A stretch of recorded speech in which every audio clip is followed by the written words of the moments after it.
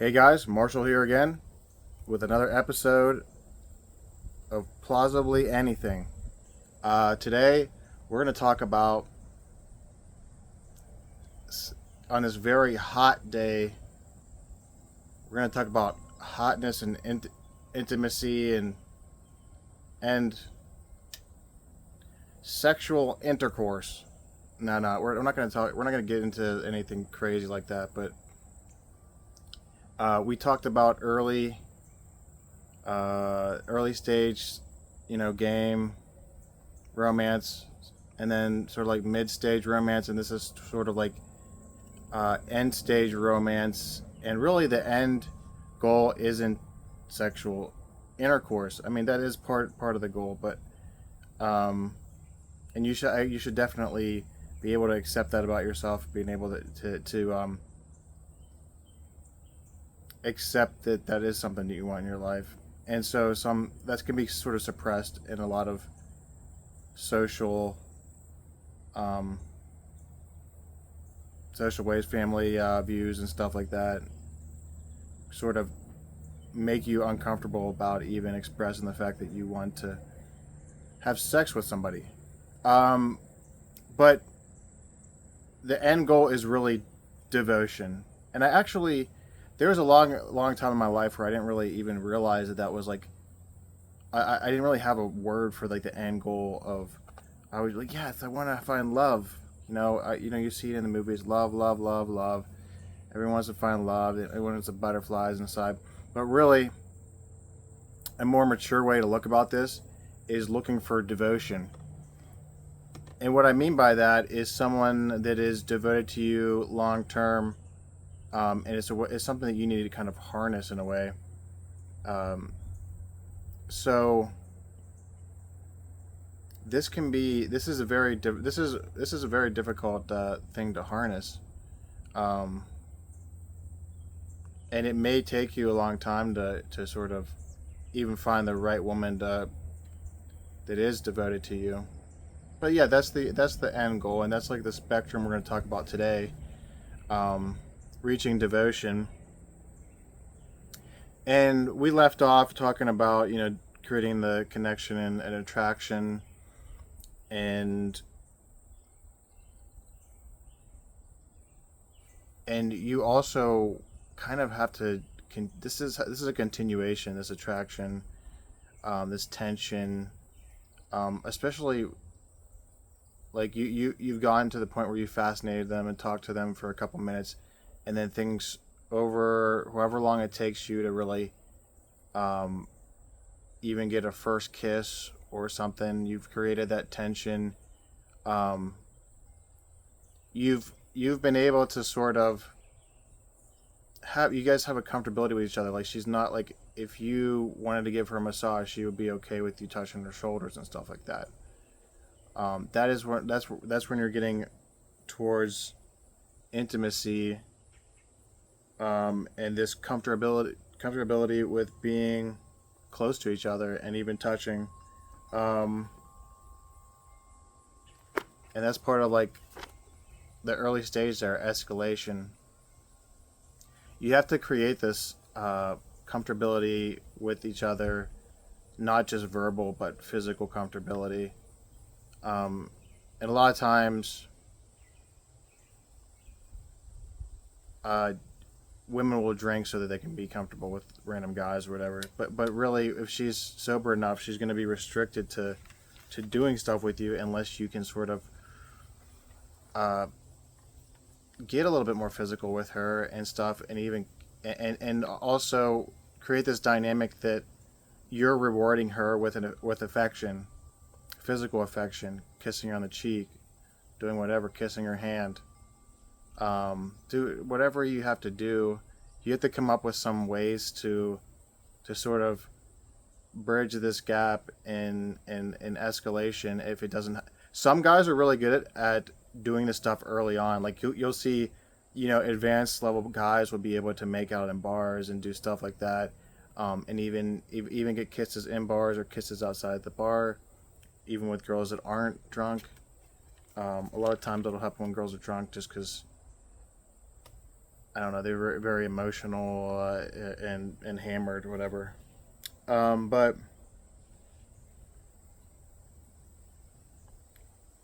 this escalation, you have to sort of, let's say that this one's probably geared towards like being in your in a house, in her house, in your house. If you want to stay at her house, maybe ask her if you can use the bathroom. All of a sudden, you're in her house, and you can how you have potential to escalate there. You have potential to to take advantage of the situation. And if at your house too, you have to sort of somehow escalate, and even get close to each other, whether you're on the couch, whatever you're doing, whatever it may be. If you want to watch a movie with a girl, make sure that you're still focusing on getting close to her and a comfortability there with each other. And make sure that you're kind of mirroring her in a way. If she doesn't want to get that close yet, you kind of have to. It's not a bad thing. It's not a bad thing. You have to work on it, and then reward her whenever she's willing to get close to you and a little bit more vulnerable and willing to commit to being closer to you.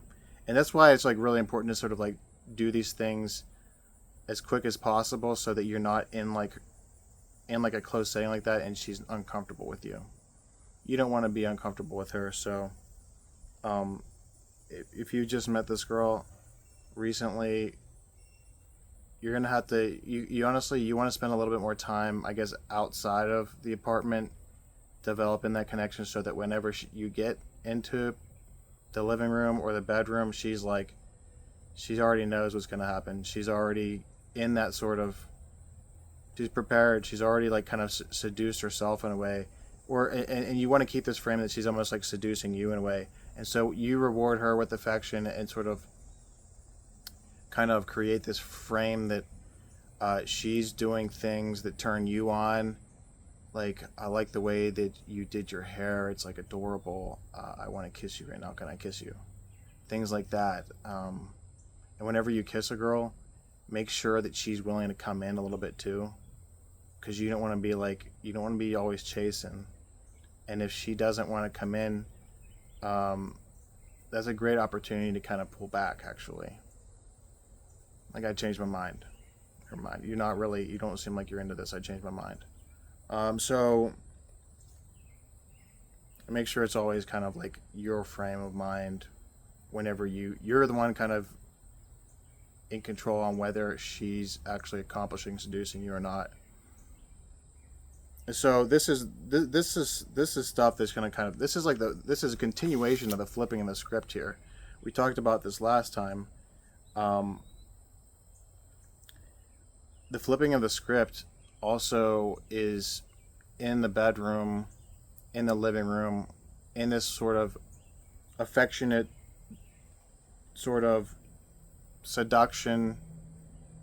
You're flipping the script, and it's not her it's not you're seducing her, trying to like convince her to hook up. It's, oh, she's doing all these things to turn you on. You can find all these little things, like quirky things that you think are cute, and be like, "Oh, you seem so innocent when you do that." Whatever it is that you can create all of these things. They might not even seem like it's so. Oh, the way you moved your eyebrows, like right there, that I can tell you, you know. I don't know. You could say it just looked adorable. You find all these little quirky things that you can just make up in a way to sort of. It helps her feel comfortable about her doing the right things. She's putting in. She does put in. Hopefully, she's putting in some work to make herself look good and make herself cute for you, so you can pick up on these things that she's doing. Like, you did your hair different. I noticed you're doing your hair different. I love that you were willing to, try new things to excite me. It's like you're constantly still continuing this kind of like a frame control of how she's doing things right, to get with you. And that's actually also going to be something that is going to lead to easier foreplay and sex and fun like that. But it's all going to lead to the devotion. If you can sort of continue this cycle of her doing all these things and you rewarding her, it makes things more worthwhile. It makes her investment in you more worthwhile. She becomes willing and compliant to do things for you so that she can get the pipe. So I hope that doesn't offend anybody, but that's I'm not really too worried about offending people, so I say things like that. So I'm sorry if that offends you, but some people just need to get the plow out, and if they're and they don't know the right things to do to be able to do that. So understanding that your sex holds value, um, that's like a big way to flip the script. I mean, I think I think a lot of men suffer with this idea that their sex holds as much value as because they I don't know, men are even seducing themselves with the idea of like hooking up with a woman, constantly seducing themselves. Maybe they're obsessed with pornography. Maybe whatever it is, whenever they whenever they're talking to women, they're fumbling over the words they're saying because they're so obsessed with this outcome of sex or whatever it may be, and then they're so obsessed with this outcome that they're even begging for sex so much. That's like completely not okay. That's completely not okay. Dominant. That's not masculine at all to beg for sex. Your sex is a reward. Um, it may take some time to establish that and really believe that. But whenever you get used to this sort of system of rewarding women for your affection, um, or rewarding women with your affection,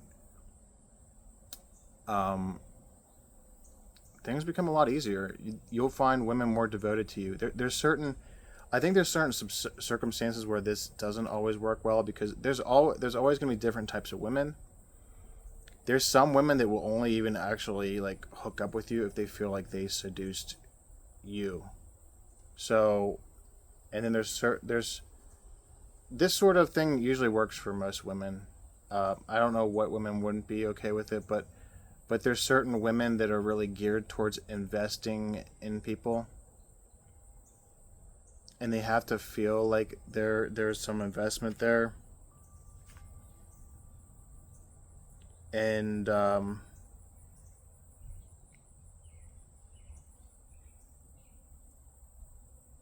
they sort of invest in the potential of you. They can even see that you have flaws, but they're willing to invest in you.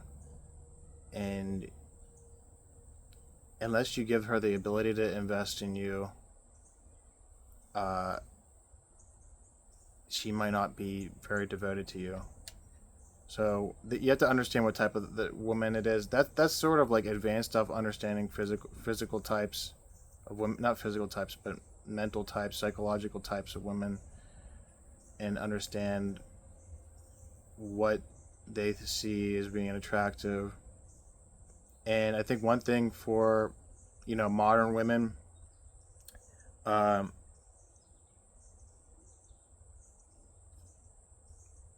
they have their own passions they're about. They have these realistic goals and stuff like that. So much that sometimes they're not even like interested in romance at times. So you have to kind of be the one that facilitates that. And if she can see that uh, she's able to contribute to your lifestyle, so hopefully you have an interesting, amazing lifestyle.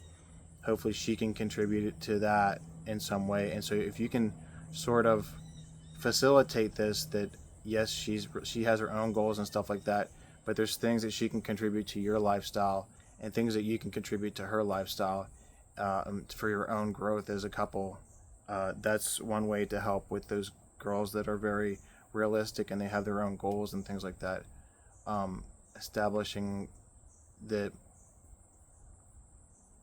that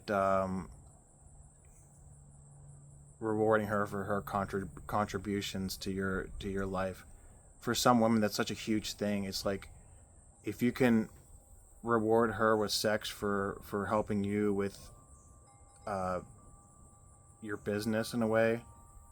If she solves some, that is like that's like a huge turn on. I feel like that turns me on, but I think it's a huge turn on for her because she's very realistic. She's very goal oriented.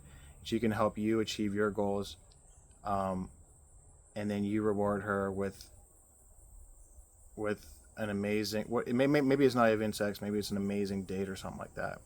So I think one thing we have to remember is that we're not just taking women on dates just because we don't know what the heck to do.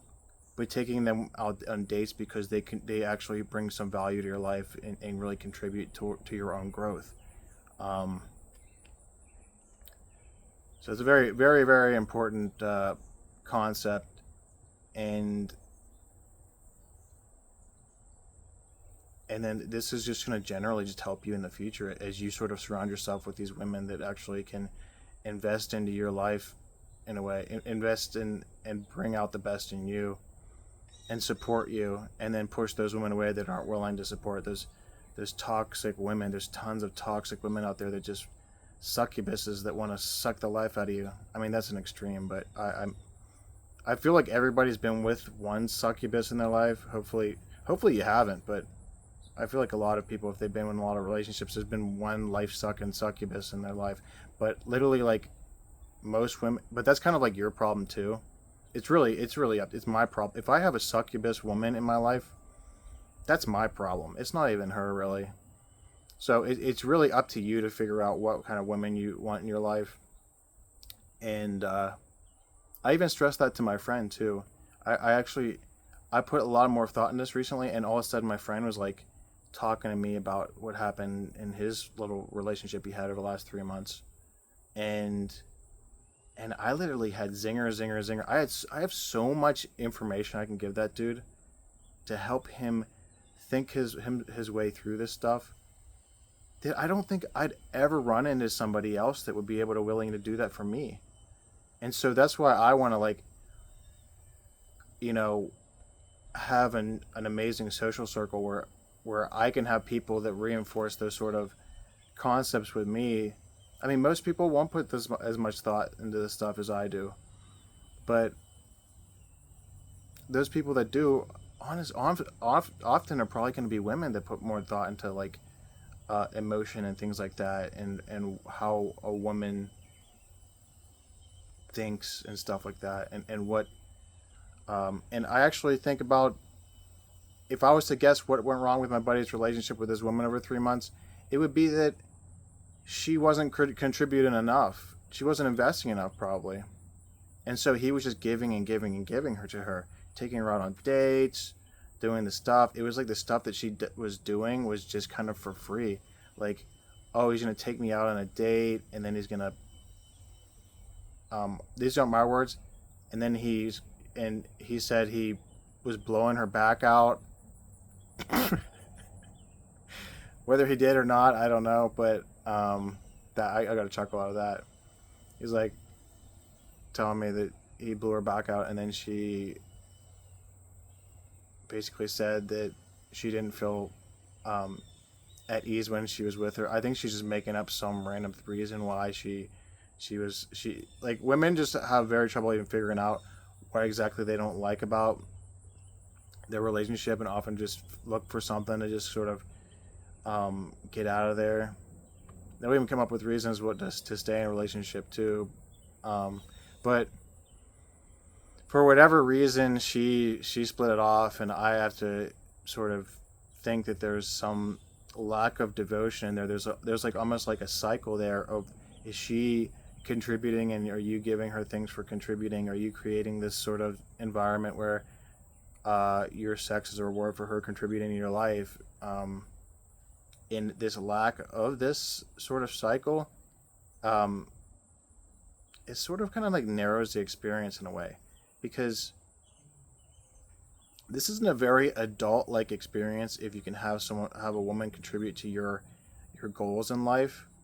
This sort of stuff it doesn't even really happen that much at like whenever in your early teenage years, whenever you're in relationships, you're just kind of just like, or your mid 20s, you're just kind of just going with the flow of things, and hopefully some woman, you go with whatever woman's willing to date you because it feels comfortable. And so as you sort of progress into your late 20s and your 30s, and you sort of realize that that's like the ultimate goal right there, is to have a woman in your life that helps you reach your goals. It's not a selfish thing, but you want that too, and you want to be able to provide her with the ability to reach her goals. And then whenever things don't go that way, you have to be willing to just let go in a way to things, because that's what a dominant male does. When things disrupt your belief systems, disrupt your ability to grow, you have to kind of let go. I think I have another close friend that had a relationship where it was just like she was just there. She was just there. She wasn't contributing to his life, and I think she was contributing to her life, but she didn't have any other goals besides just dating him.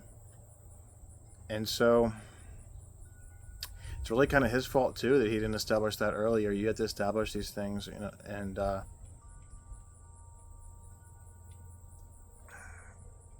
and we live in this modern world where you have to have goals. You have to have goals. You don't really you're not that attractive if you don't have goals. If you can't bring value to the table besides just intercourse. So this is a really deep core understanding of how to look at the end of courtship and the ultimate goal of devotion. Just powerful stuff that I never really thought about until I started reading some other people that have spent a lot of time dating, a lot of time understanding psychology. And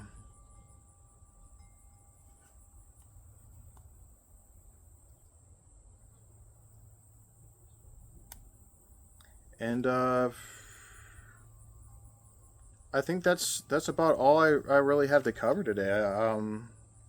If you made it this far, please like and subscribe to the video. It's me, Marshall, on the Anything Plausible channel. This is a playlist called Mentoring 365, as we sort of try to pull together a full year's worth of mentoring videos. Who knows if I'll even survive that long. But guys, thank you so much. I hope the last videos have helped you. And yes, I love and appreciate you for watching. I hope none of this stuff is offensive. If it is offensive, I guess leave a comment. Let me know what's offensive about it. But I'm working on that. Sometimes my humor can be offensive. But thank you guys so much. I will see you guys next time.